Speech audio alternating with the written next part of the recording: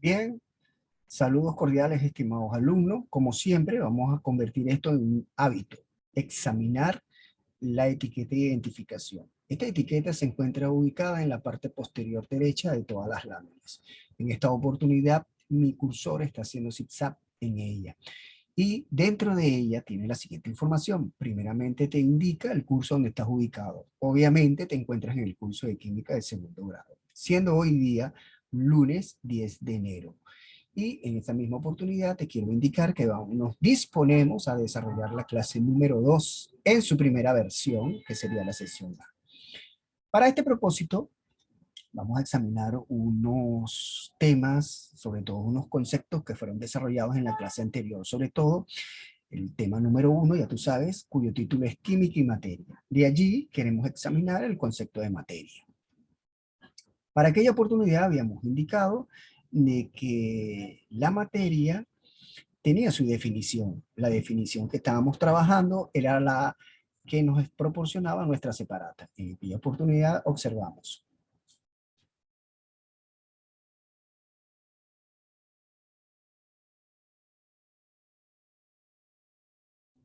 Ahora sí, volvió el audio.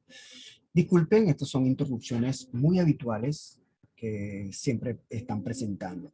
Bien sea que el audio se corta de forma involuntaria, como también puede cortarse la imagen.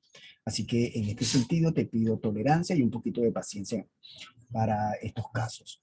Bueno, sigamos. Estamos examinando el concepto de materia, pero no cualquier concepto, sino el concepto que nos proporciona nuestra separata. Para ello, por favor, acompáñame en su lectura. Esta es una propiedad general de la materia. La materia ocupa volumen.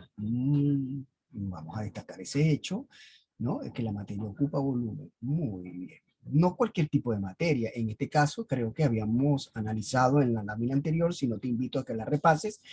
Este es un caso particular de la materia, es cuando la materia se encuentra condensada, porque hay otro tipo donde la materia se encuentra dispersada. Continuamos. Otra propiedad esencial es que la materia tiene masa.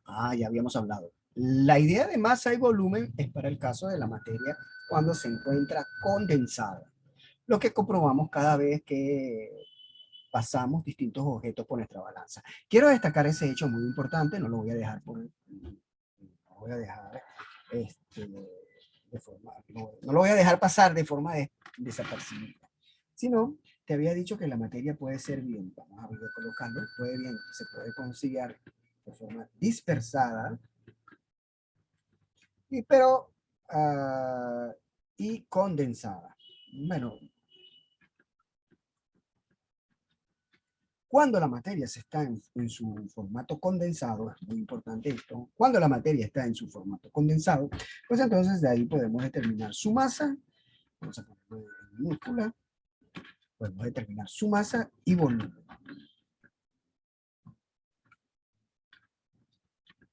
Y no es cualquier materia. En este momento nosotros decimos que estamos en presencia de un cuerpo.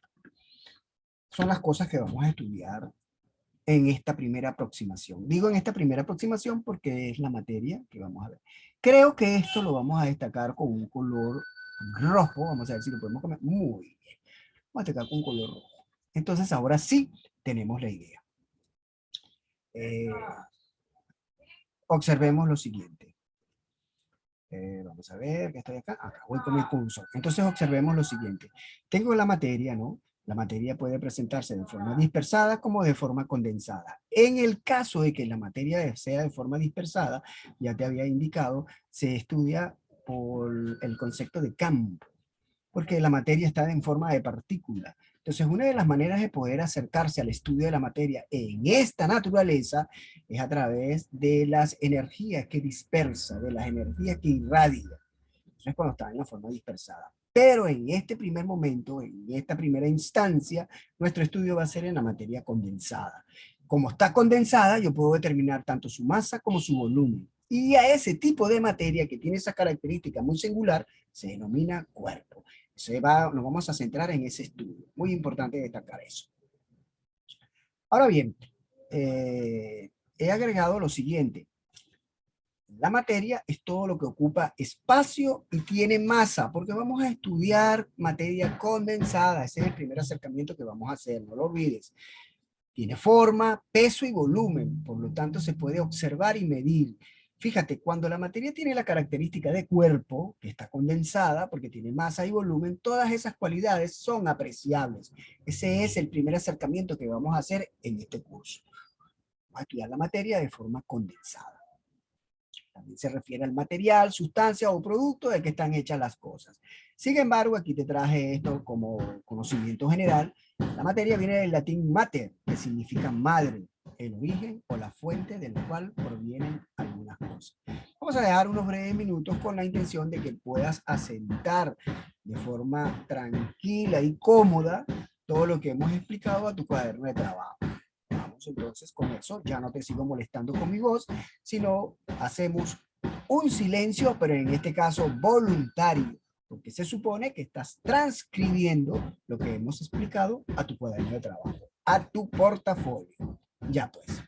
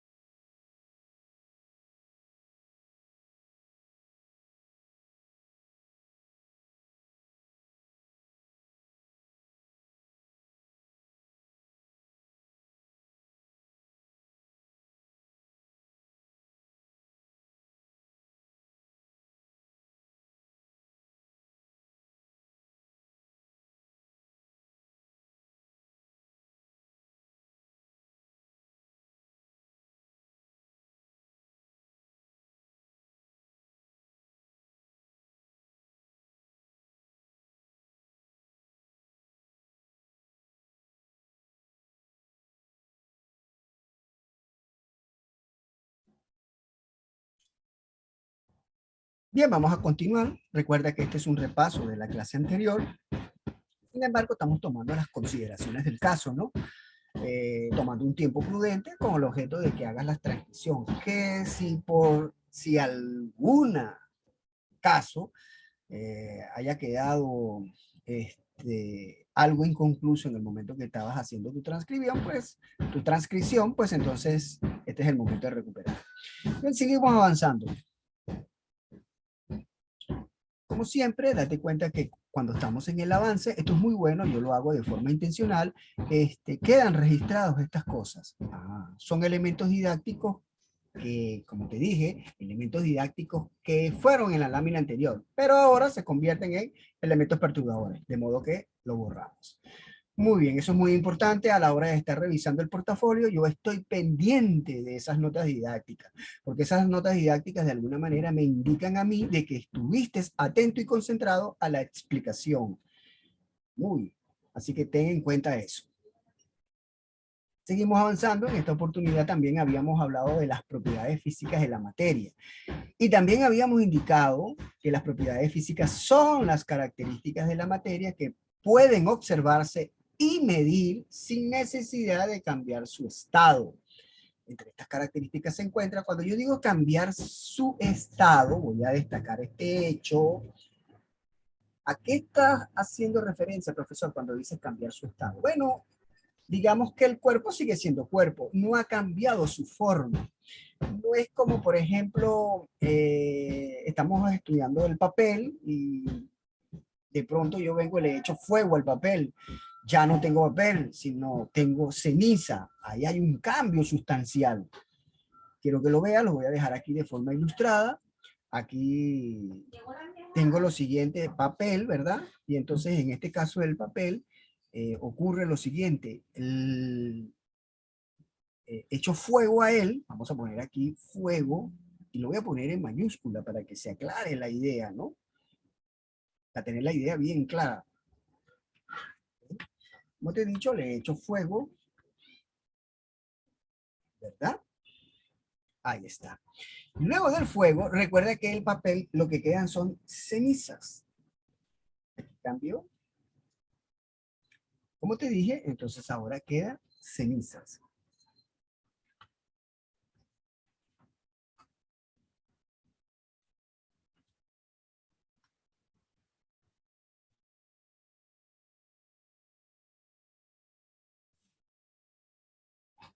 Pues quedan cenizas.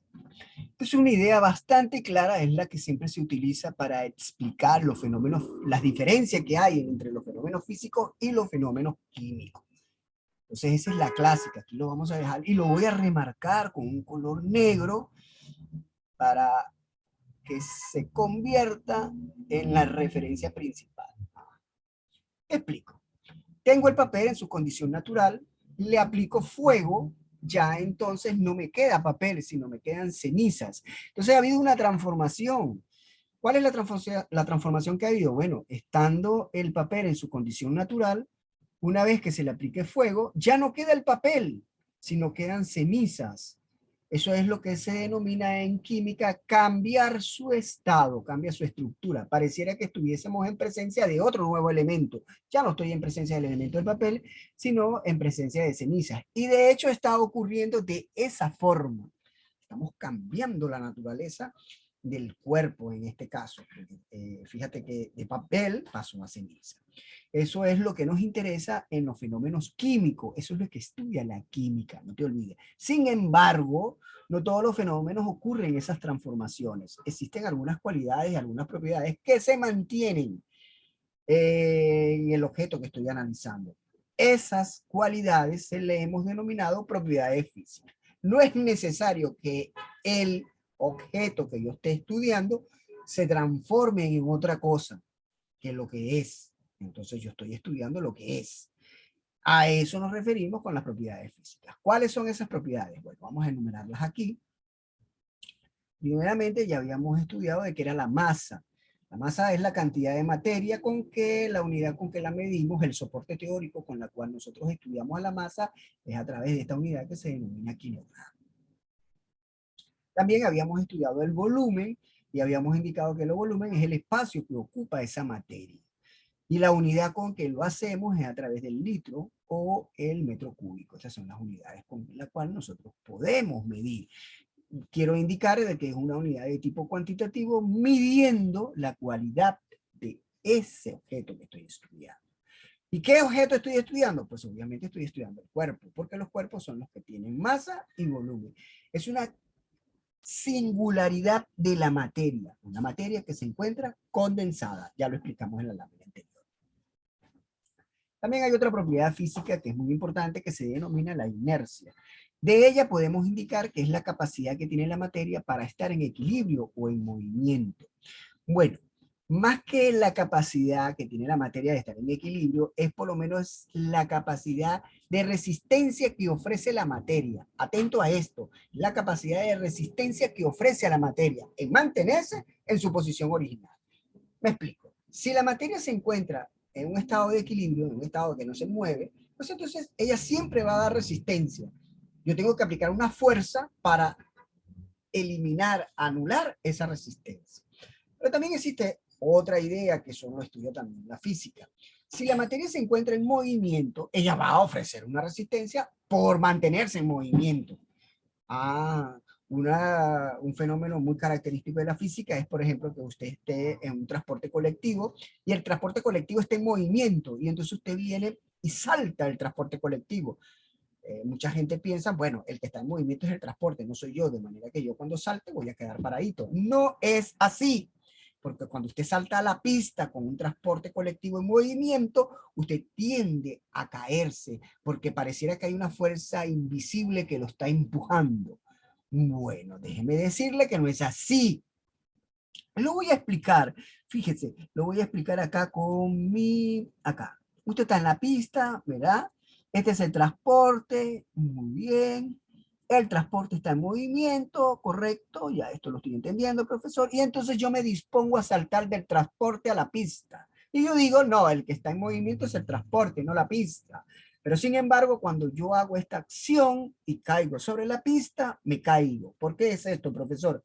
Porque usted lleva la velocidad del transporte. Usted está aquí aplicando en este momento la propiedad de inercia. Usted está poniendo resistencia a quedarse detenido porque está en movimiento. Entonces, de esta manera es que se entiende la propiedad de inercia. Es una capacidad de resistencia que ofrecen los cuerpos, porque eso es lo que estamos estudiando en este momento.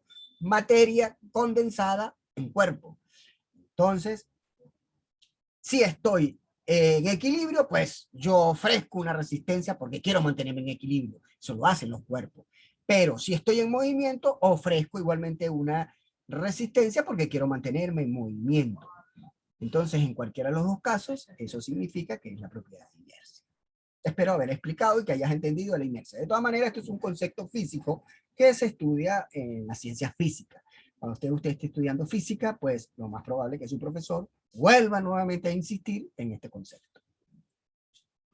Seguimos con otra propiedad, esta vez estamos con la propiedad de comprensibilidad. Está bien claro, es la capacidad que tiene la materia en reducir su volumen bajo presión. Porque esto es muy importante. La masa no se modifica, la masa se mantiene. Lo que podemos modificar es su volumen, el lugar que ocupa en el espacio, que bajo condiciones de presión, yo puedo reducir ese volumen, como también lo puedo dilatar. A esa capacidad de reducirlo o dilatarlo se llama comprensibilidad. Y no es que ocurre así por arte y magia, por el Espíritu Santo. No, no, no, no, no. Ocurre bajo unas condiciones de presión. En estas condiciones de presión, que generalmente viene acompañada de temperatura, eso es una combinación, digamos, una dualidad que tiene lo que es temperatura y presión. Van como unidas en la mano, tienen una unión incrementable las dos.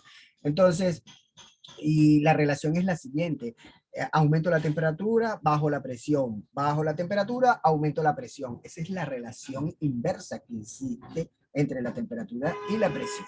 Pero en todo caso, vamos a concentrarnos en la presión. Si aumento o disminuyo la presión, la materia tiende a dilatarse o a comprimirse. A eso se le llama la propiedad de comprensibilidad. Otra característica es la elasticidad. Es la propiedad de la materia de volver a su estado original después de ser sometida a una fuerza. Una característica importante de ella, ya lo habíamos discutido, es por lo menos cuando tú vas a tu lago, ¿no?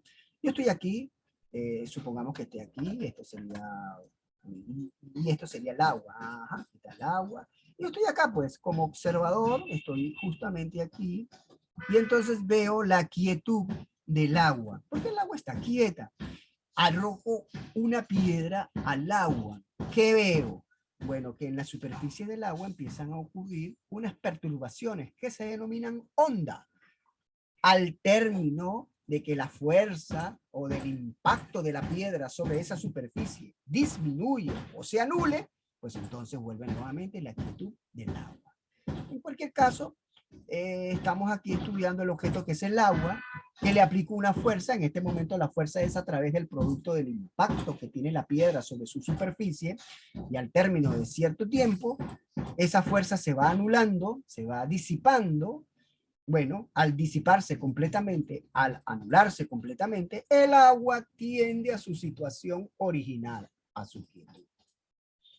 Entonces, a ese tipo de propiedad, a ese tipo de características se le denomina elasticidad. También ocurren con los cuerpos que son elásticos. No sé si usted conoce una liga y le aplica una fuerza. Bueno, ella tiende a dilatarse.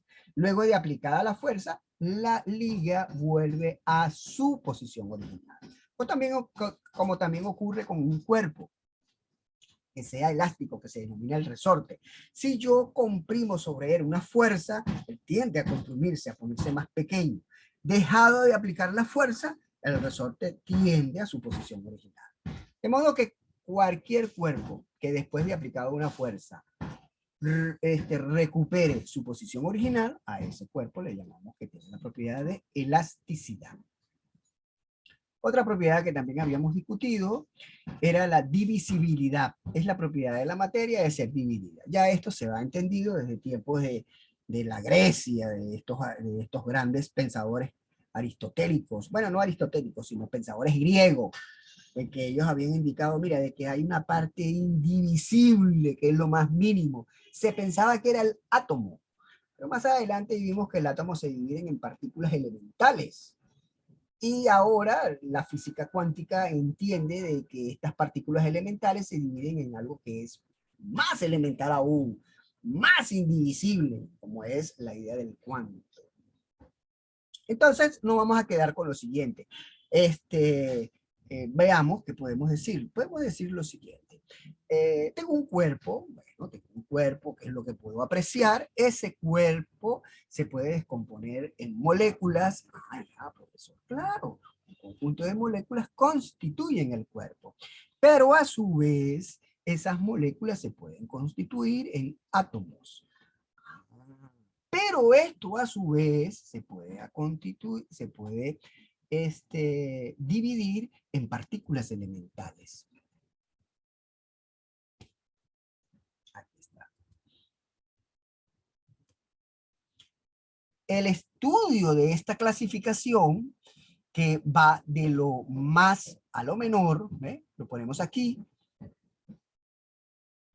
Esta idea de que yo parto de un cuerpo que es visible por nuestra capacidad sensorial, y que puede ser dividido en moléculas, a su vez en átomos y a su vez en partículas elementales, y esto aún puede seguir siendo divisible. Ahora ya te había dicho antes, con otras que son más pequeñas, que son los quantum. Los quantum a su vez constituyen las partículas elementales. Pero nosotros vamos a quedar hasta aquí, hasta partículas elementales, ¿oíste? Este va a ser nuestra primera aproximación. Bueno, esta división se debe al hecho de que la materia cumple con la propiedad de divisibilidad. También habíamos analizado otro punto importante, otra propiedad que se llama el punto de ebullición. Habíamos indicado que el punto de ebullición lo vamos a entender como la temperatura en la cual la materia se convierte en otro estado. Particularmente si estamos analizando el estado líquido de la materia y lo sometemos a una temperatura de 100 grados, entonces de estado líquido, él cambia a un estado de vapor. A eso le llamamos estados de agregación.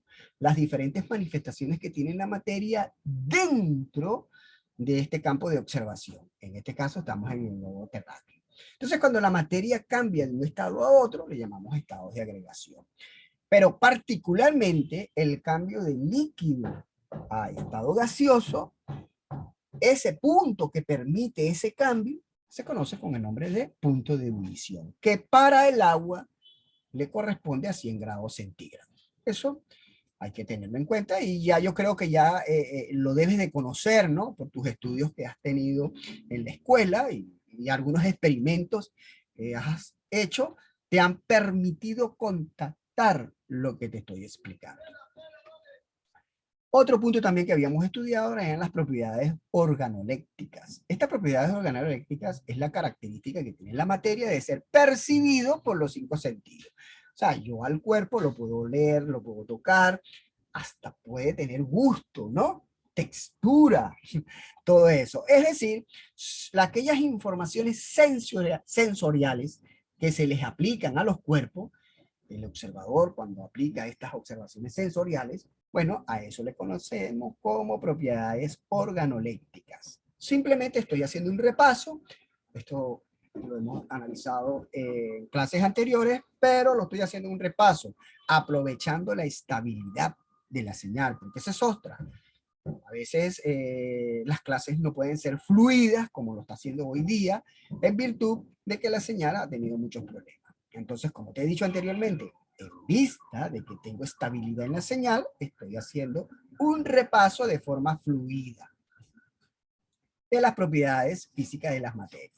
Bien, no voy a dar tiempo para que copies porque esto simplemente es un repaso y que creo yo que lo has hecho en la clase anterior. Sin embargo, si no es así como lo estoy suponiendo, entonces recuerda que las clases están siendo grabadas, ubicas el video y bueno, nada, pues haces la pausa donde tú estimes conveniente y concluyes a aquellas transcripciones que han quedado inconclusas. Por lo pronto seguimos avanzando nosotros. Siempre me gusta dejar esto porque esto te hace pensar lo siguiente. Ah, el profesor está tomando en consideración las notas didácticas.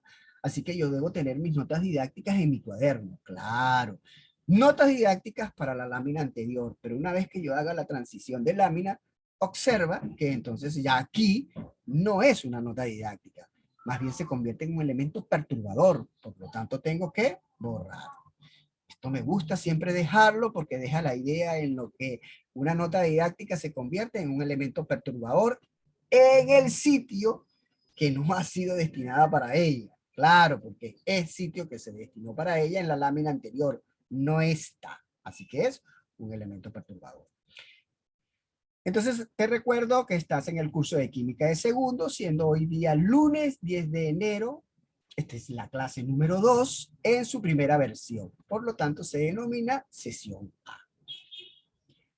Y esto sí es un elemento nuevo, pues. Ahora sí vamos a estudiar las propiedades químicas de la materia, aquella donde la materia sufre transformaciones.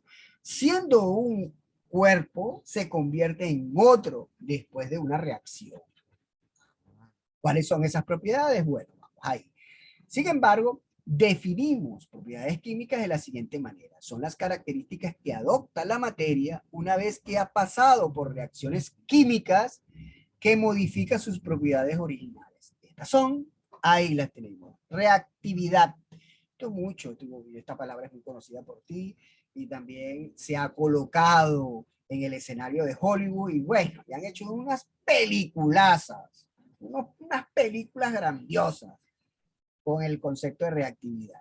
Entonces, ¿a qué entendemos como reactividad? A la cualidad de la materia para transformarse o no, para convertirse de una cosa a otra. A eso le damos reactividad. Profesor, pero es que yo siempre lo veo en el aspecto nuclear. Bueno, es que también ahí puede ocurrir, solo que hay una reactividad de tipo nuclear, porque cuando el papel, siendo papel, se transforma en ceniza, pues eso es la capacidad de reactividad de la propiedad del papel, de convertirse en otra cosa de lo que era.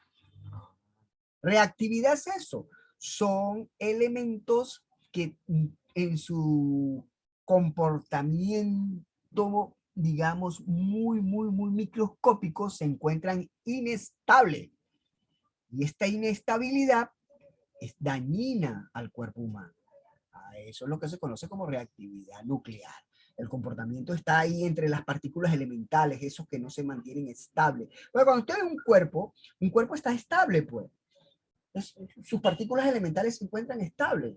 Ah, ya, profe. Claro, es eso lo que te quiero indicar. Mientras que si el cuerpo se encuentra inestable, entonces está propenso a convertirse en una cosa de lo que no es. ¿Cuándo se va a convertir en eso? No, realmente no tiene control. Al no tener ese control humano, pues entonces esa reactividad nuclear es perjudicial al cuerpo humano. Y de eso, bueno, Hollywood ha hecho, digamos, su tema grandioso para hacer películas. Pero no te olvides, la reactividad es precisamente la cualidad que tiene la materia para transformarse. Otra característica que llamamos estabilidad química está muy ligada a la reactividad. Pero estabilidad química es la propiedad de la reacción de la materia frente al agua y al oxígeno. Sobre todo a eso le hemos dado. Podría confundirse con la reactividad, porque evidentemente no hay estabilidad química, pero la reactividad es que no hay estabilidad en sus partículas elementales. Oíste, no te vayas a confundir. Vamos a tener esa orientación, mientras que la estabilidad química es un concepto muy particular sobre lo que tienen las materias ante las reacciones del agua y el oxígeno. Sobre todo, esto es una reacción, en los metales, esto es una reacción pues que se conoce como oxidación. Oxidación significa la penetración de una molécula de oxígeno dentro de su estructura, que la daña, como es el caso del fierro. Lo daña, lo descompone. Ya. Entonces, pareciera que fuera una igual a la otra, pero no. Aquí estamos diferenciando, la comunidad científica lo ha diferenciado. Reactividad es precisamente esa cualidad que tiene la materia para transformarse. Y estabilidad química es la propiedad que tiene la materia para reaccionar ante el agua y el oxígeno. Espero que lo hayas entendido y que quede claro esa situación. Dos conceptos que parecieran ser lo mismo, pero no lo son. Su destino es diferente. Reactividad, la capacidad de transformar la materia. Esa cualidad, esa capacidad que tiene la materia, eso le llamamos reactividad. Mientras que estabilidad química es la capacidad de reacción ante el agua o el oxígeno. Así que espero que quede bien claro. Veamos ahora con lo que llamamos el calor de combustión. Es energía liberada por la materia que entra en combustión completa. Este es muy importante, ¿no? Porque el calor de combustión podemos llegar a una combustión completa. ¿Cómo se puede llegar a una combustión incompleta?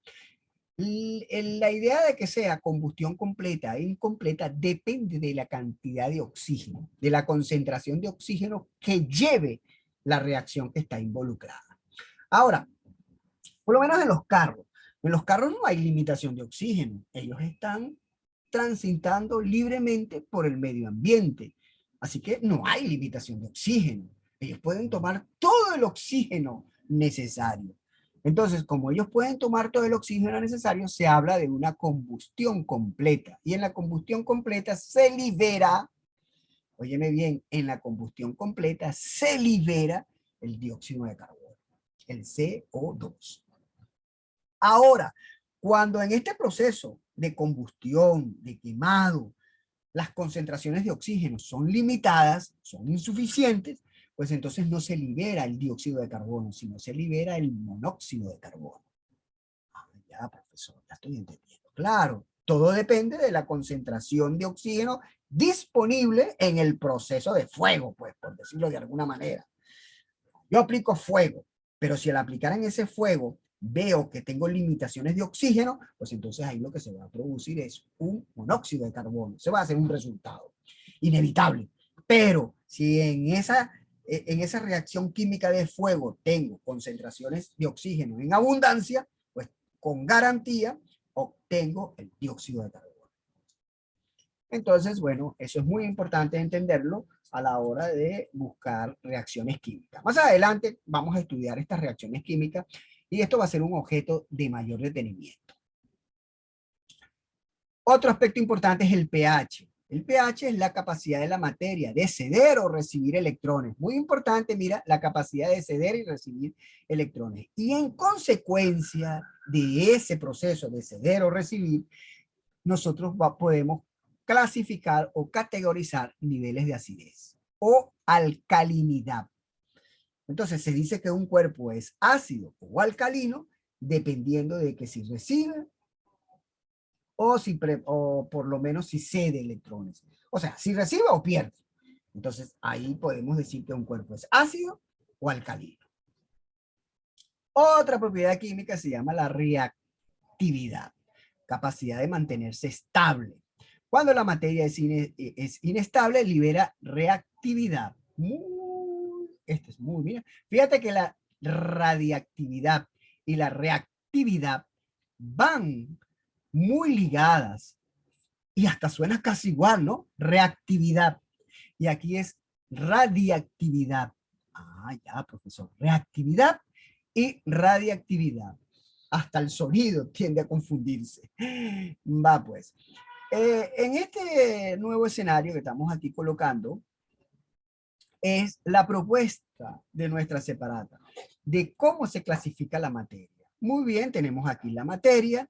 Estamos hablando de la materia condensada, no te pierdas de vista de esto, de la materia condensada. Entonces esa materia, que es la condensada, que es la que vamos a estudiar, porque hay una materia que se presenta en partículas, que se estudia en campo, y la manera de estudiar a esa materia es a través de sus manifestaciones de energía. Porque es la única forma de verla. Es por lo menos cuando usted sale a su ventana y dice, bueno, voy a ver las ondas electromagnéticas. No lo vas a ver, pero existen. Ay, ¿cómo hago yo para constatar su existencia? Bueno, con instrumentos que manifiesten cambios de energía. Ya, pues. Entonces, así es que se estudia la materia de forma dispersada. Pero nosotros, como te he dicho, en este primer acercamiento del curso de química, nosotros vamos a estudiar es la materia en su forma condensada. De hecho, la materia en su forma dispersa es estudiada para la universidad, son estudios universitarios. Siempre los estudios secundarios se concentran en materias condensadas, en materias que tienen cuerpo. Entonces, esas materias que tienen cuerpo, nosotros las podemos dividir en sustancias y mezclas. Muy bien. ¿Qué son las sustancias? Evidentemente las sustancias, cuando yo divido a la materia, sigue teniendo la misma composición. Mira, ¿ves? La materia, su composición, aunque cambie su estado, se sigue manteniendo.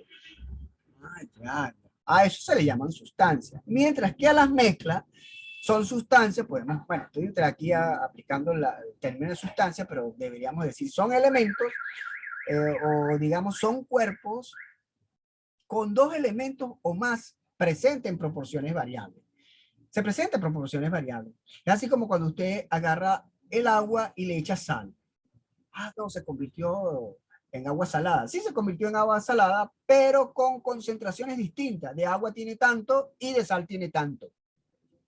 Y dependiendo de esa concentración, pues entonces se dice si el agua está más salada o menos salada. A eso le llamamos mezcla. Es decir, que la materia sigue unida, ¿no? Por alguna razón se unen, pero conservando sus propiedades. La sal sigue conservando su propiedad y el agua sigue conservando su propiedad. Sino que, bueno, por un tema de coexistencia, tenemos que mezclarnos. Pero nos mezclamos, como te dije anteriormente, conservando las proporciones. Y esas proporciones nos indican a nosotros qué tan salada está el agua. Entonces esa es la diferencia entre una mezcla y una sustancia. La sustancia no, porque usted agarra el agua y bueno, usted viene, agarra el agua y la cambia de recipiente. Si usted cambia el agua de recipiente, sigue siendo la misma agua. No ha cambiado su naturaleza. Entonces esa es la diferencia entre sustancia y mezcla. Pero la sustancia tiene una división. Entre ellas podemos indicar que sería elementos y compuestos. No vamos a enredar mucho la situación, sino los elementos ya están clasificados, ya están categorizados en el mundo científico. Y como ya ese proceso se ha realizado, pues entonces queda plasmado en la tabla periódica. Todos los elementos que se encuentran en la tabla periódica se van a conocer como elementos simples o sencillamente elementos. ¿Quiénes son los elementos? Aquellos que se han descubierto. Por lo pronto vamos a estudiar 108 elementos, lo que aparecen en la tabla periódica. ¿Ya estás escuchando el mensaje subliminal? Bueno, de aquí en adelante tienes que adquirir la tabla periódica para que conozcas esos elementos simples, que también se denominan sustancias simples. Y las sustancias compuestas, bueno, las sustancias compuestas es la combinación de dos elementos, de más de dos elementos. A eso llegamos a una sustancia compuesta. Interesante, ¿no? Bueno, eso lo vamos a ver con detenimiento. El estudio de este curso va a estar concentrado precisamente en sustancias simples, que le vamos a denominar elementos, sustancias compuestas, que bueno, en algunos casos ya esos elementos reciben otro nombre, molécula. Mientras que acá en los elementos simples o las sustancias simples reciben el nombre de átomo. Interesante, ¿no? Sí, eso es otra manera de poder entender esto. A los elementos les decimos átomo y aquellas combinaciones de varios átomos pues serían moléculas. Vamos al caso de las mezclas. En el caso de las mezclas podemos tener homogéneas y heterogéneas. Homogénea es que el grado de consistencia entre ellas ha sido inquebrantable, que pareciera que se convierte en una. Date cuenta del agua salada. Hay un caso de la mezcla heterogénea, es que su coexistencia como que se resiste y queda ampliamente visible. Un ejemplo de ello, el más clásico de todo, es agua y aceite. Ellos nunca van a mezclarse. Siempre va a haber una resistencia, una separación. Y de hecho, visualmente uno lo puede ver. Mira, hasta aquí llegó el agua y acá empieza el aceite. Interesante, ¿no? Entonces esas son las clasificaciones entre las mezclas homogéneas y heterogéneas. No te preocupes, esto lo vamos a analizar con detenimiento. Por lo pronto, vamos a invertir el tiempo disponible para que hagas tu transcripción inteligente, pues. Vas a escribir todo lo que hemos emitido aquí con notas didácticas en tu cuaderno y bueno, vamos a invertir el tiempo que nos queda en eso. Por lo pronto, pues ya no te sigo molestando con mi voz, así que voy a adoptar un silencio voluntario con el objeto de que realices tus transcripciones. Ya pues.